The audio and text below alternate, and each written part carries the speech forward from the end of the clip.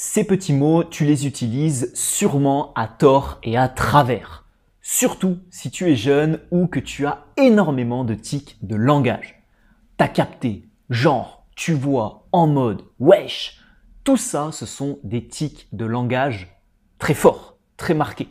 C'est pas le petit etc. qui peut être utilisé ci et là.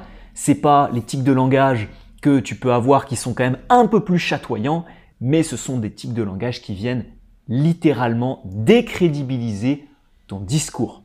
Si tu es victime de ces tics de langage, si tu as pour objectif sur cette année de les supprimer, de les remplacer et d'augmenter, je dirais même d'accroître ton éloquence, tu es ici au bon endroit.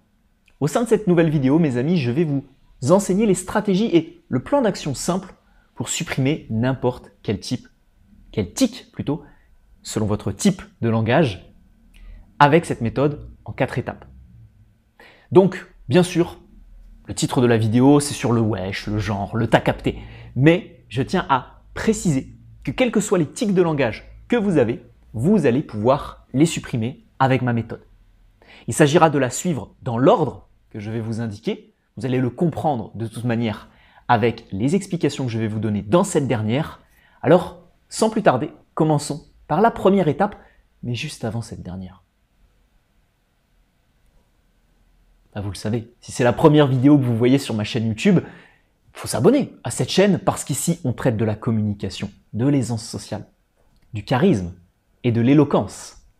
Et si vous souhaitez supprimer ces tics de langage, ça peut être intéressant derrière d'apprendre à faire du storytelling, muscler son intelligence sociale, donc par conséquent, de suivre les prochaines vidéos qui arriveront chaque semaine sur cette chaîne YouTube. Je tiens aussi au passage à vous remercier. À l'heure où je vous tourne cette vidéo, on est quasiment à 40 000 abonnés. Donc la chaîne YouTube commence à bien grandir. Donc merci à tous au passage. Et ça y est, on peut commencer après ces petits prérequis par le point numéro 1, la lucidité que vous allez avoir sur vos tics de langage. Admettons que vous soyez un fervent abonné de cette chaîne YouTube, mais que vous pensez ne pas avoir de tics de langage. Peut-être que vous vous trompez. Peut-être que vous n'utilisez pas le wesh, le genre, le t'as capté, le en mode, le tu vois, qui est utilisé par les jeunes générations. Mais peut-être que vous aussi, vous avez des tics de langage. Raison pour laquelle le premier point, prendre conscience de ce parasite et avoir cette lucidité, comment est-ce qu'on fait? J'ai 2 stratégies à vous donner. La première autour de vous. Avec vos amis, avec vos proches, au travail, en famille, demandez aux personnes qui vous entendent parler au quotidien, est-ce qu'ils ont pu remarquer que vous avez des tics de langage, des mots que vous utilisez très souvent? Si eux ne sont pas en capacité de vous faire la remarque, c'est sûrement que ce ne sont pas des tics que vous utilisez très régulièrement. Dans ce cas-là, passez à la deuxième stratégie pour avoir de la lucidité sur vos tics de langage.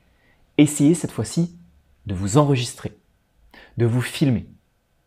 À l'époque, j'avais trouvé un site. Alors la vidéo commence à dater, c'était sur le bord du lac d'Annecy, comment supprimer ces tics de langage. Je crois que même c'était encore un petit peu avant, à l'époque où j'étais encore étudiant. Je vous avais trouvé un site, peut-être qu'il est facilement retrouvable sur Internet, où vous avez la possibilité sur un script de compter le nombre de mots et le nombre de mots qui sont les plus récurrents, les plus utilisés. Donc bien sûr, vous allez peut-être avoir le « et », le donc ou des mots comme ça qui sont des mots qu'on utilise quand même régulièrement. Mais vous allez aussi pouvoir remarquer peut-être des tics de langage que vous allez avoir dans un script. Pour passer de l'audio au script, c'est assez simple. Vous pouvez mettre la vidéo sur YouTube, en privé bien sûr, la scripter et puis ensuite réussir à obtenir le script. Vous avez peut-être de l'IA qui permet de faire ça. Bon, ça, je vous laisse vous débrouiller dans votre coin. Mais en tout cas, en vous enregistrant, en ayant l'audio, peut-être que vous allez pouvoir vous rendre vous-même compte des tics de langage que vous avez, en comptant justement les mots que vous utilisez trop souvent. Vous pouvez mettre un peu d'IA là-dedans pour pouvoir avoir plus de précision et des chiffres très concrets. Parlez d'un sujet en total impro pendant 1 minute, 2 minutes, 3 minutes. Faites une présentation de vous-même et vous allez voir les tics de langage que vous utilisez le plus souvent.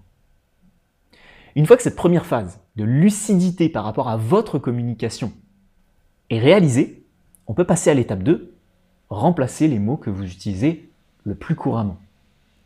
Alors, pour les remplacer, moi je vous ai quand même donné des exemples. J'ai fait le boulot en entier, vous en conviendrez. Par contre, c'est à vous quand même, en fonction de vos tics de langage, d'essayer de vous creuser la tête, d'essayer de trouver le mot que vous voulez justement remplacer. Je vous donne un exemple. Le genre, tu vois, etc. Essayez de le remplacer par un « par exemple ». Genre, quand je suis allé à la boulangerie la dernière fois, vous enlevez le genre « par exemple ». Quand je suis allé à la boulangerie la dernière fois. Si vous avez comme tic de langage le « t'as vu », oh t'as vu, ouais t'as vu, avec un petit accent comme ça, tu as remarqué que. Tu as constaté que. Vous pouvez utiliser des synonymes. N'utilisez peut-être pas les mêmes exemples que moi.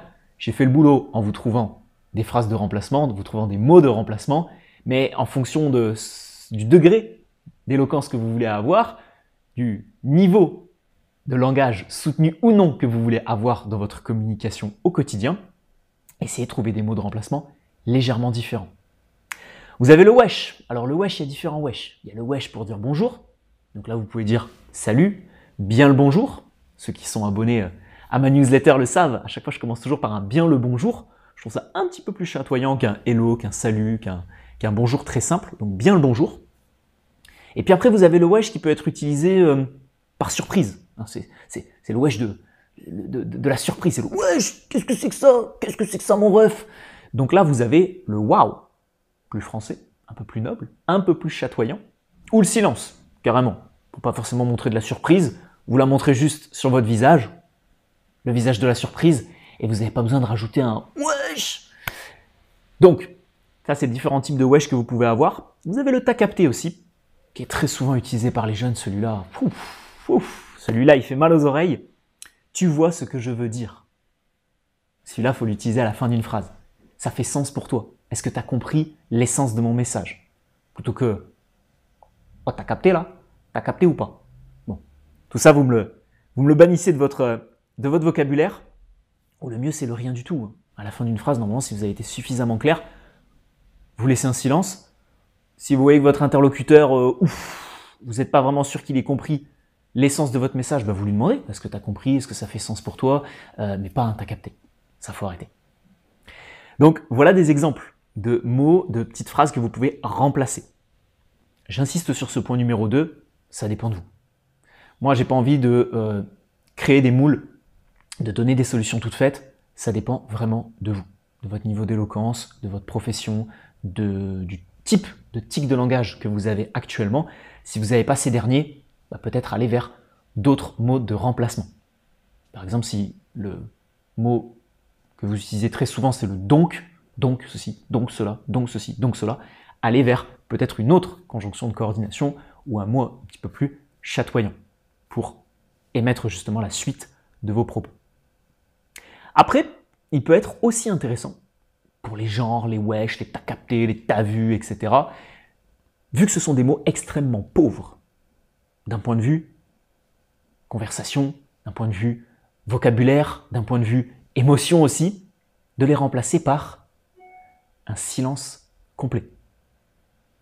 Comme je vous l'ai dit pour le dernier, le t'as capté à la fin d'une phrase qui vient d'être trop récurrent, dès que vous dites quelque chose, t'as capté, t'as vu, wesh, tout ça, ça a tellement peu de valeur dans votre communication et dans votre langage que honnêtement, le silence, c'est peut-être, je pense, la meilleure chose que vous puissiez adopter pour remplacer ces tics de langage-là. Donc, essayez ça aussi. Dès que vous avez envie, peut-être qu'au début, vous allez faire et vous allez vous interrompre. Il n'y aura pas le wesh complet, il y aura juste le ouais. Mais ça passe aussi par la lucidité du point numéro 1. Donc, lucidité, remplacement, silence et enfin. 4e étape de ce plan d'action. Si tout ça, ça n'a pas fonctionné sur vous, si tout ça, c'est encore un peu trop dur, ou alors si vous voulez justement voir si vous arrivez à mettre en place tout ça, qu'est-ce que vous faites? Eh bien, vous vous entraînez sur le même principe que le point numéro 1. Vous prenez un sujet, n'importe lequel. Allez, je vais jouer un peu avec le décor des vidéos derrière. Vous prenez par exemple, le fameux buste de Napoléon, vous le connaissez si vous suivez cette chaîne YouTube depuis un petit moment. Boum, vous prenez le sujet de Napoléon et vous allez me faire un petit discours d'improvisation de 2-3 minutes dessus, sur sa vie, sur ses conquêtes, sur n'importe quoi. Vous faites ça à ce niveau-là. Vous pouvez aussi me faire quelque chose sur j'ai un couteau qui m'a été ramené quand mes parents sont allés en Corse, boum. Alors on reste toujours sur le sujet de la Corse, Napoléon, les couteaux, etc. Mais vous me faites par exemple une petite improvisation sur un couteau, l'utilisation que vous pouvez en avoir, la fabrication, sur ceci, cela, sur la Corse, sur les livres, qu'est-ce qu'on a là? On a un livre, je crois, sur les cigares. Boum, vous me faites une improvisation là-dessus. Même si vous n'y connaissez strictement rien, même si vous inventez, vous pouvez dire tout et n'importe quoi dessus, peu importe. Le but, c'est qu'en fait, vous puissiez identifier, audio ou vidéo, le mieux c'est vidéo, hein, filmez-vous, comme ça vous aurez aussi les expressions faciales, etc. Mais vous allez pouvoir justement improviser. Et c'est sur l'improvisation que là, vous allez voir arriver des tics de langage, des mots un peu moins nobles, et vous allez peut-être avoir des mots parasites. Vous pouvez me faire une prise de parole sur, qu'est-ce qu'on a? On a des tableaux derrière de... Ah, j'ai perdu le nom. Les tableaux assez connus. Pour ceux, si vous les voyez, s'ils sont pas trop floutés, mettez-le moi en commentaire, le nom de cet artiste-là qui fait ces tableaux. Je ne sais plus. Voilà, ça m'a été offert, donc je ne sais plus qui. Je suis pas très bon en peinture. J'aime la peinture, mais je suis pas très bon pour reconnaître les artistes. Bref, vous pouvez me faire ça sur du dev perso, vous pouvez me faire ça sur l'éclairage, vous pouvez me faire ça sur votre région, sur votre histoire, sur le pays de vos origines, sur la gastronomie, sur le sport, qu'importe. Essayez d'improviser. Chaque matin, vous lancez la caméra, boum, 2 minutes, vous faites une improvisation et vous ne travaillez pas sur la consistance du discours, vous ne travaillez pas sur la structure du discours, vous ne travaillez pas sur la partie voix, vous ne travaillez que sur la partie tic de langage. À partir de là, vous essayez vraiment d'implémenter les conseils du point numéro 2 pour remplacer vos tics de langage, ou vous essayez un maximum de les remplacer par un silence si vous avez des tics de langage extrêmement pauvres d'un point de vue vocabulaire et d'un point de vue enrichissement de la langue française. C'est les 4 étapes à suivre si vous voulez vraiment supprimer tout ça. Je vous enjoins grandement et très très fortement, bon, certes à vous abonner à la chaîne YouTube, mais plus précisément, je vous enjoins très fortement à faire attention à la pauvreté de ces tics de langage-là. Parce qu'ils vont refléter une fragilité dans votre éloquence, un manque de sérieux dans vos propos, surtout ces différents mots, les t'as capté, les wesh, les genres, les tu vois. Et ça, le problème, c'est que professionnellement, ça vous décrédibilise. En séduction, ça vous décrédibilise. En famille, ça vous fait passer pour le bonnet de service.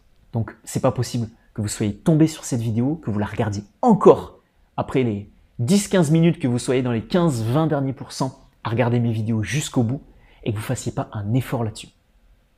Si vous voulez aller plus loin sur le sujet de la communication et que vous voulez que je vous aide vraiment à muscler votre aisance, à travailler votre voix et à devenir vraiment cet homme ou cette femme éloquente, vous avez une formation gratuite qui apparaît juste ici. Vous pouvez cliquer dessus. Elle est aussi dans la description de cette vidéo. Elle vous aidera en 90 jours à vraiment prendre en main le sujet de l'éloquence. Donc si ça vous intéresse vraiment de muscler ça, de développer cette compétence, rien de tel que cette formation gratuite pour aller plus loin. Je vous remercie pour votre visionnage. Attention à vos tics de langage. On se retrouve dimanche prochain. Qu'est-ce qu'on va voir dimanche prochain? Ensemble. Un sujet très intéressant dimanche prochain, les phrases à bannir pour ne plus paraître incertain. Donc on reste quasiment sur le même sujet, mais là on verra des phrases complètes à bannir. Les je pense que, les je vais essayer de, c'est des phrases qui sont un peu plus riches que le wesh, le genre, etc. mais qui sont quand même à bannir, et vous allez comprendre pourquoi dimanche prochain. Je vous remercie pour votre visionnage une deuxième fois. On ne le dit jamais assez souvent quand on est youtubeur, mais merci à tous de faire vivre cette chaîne YouTube. On se retrouve tout de suite sur la formation gratuite ou pour une prochaine vidéo. C'était William. Ciao, ciao.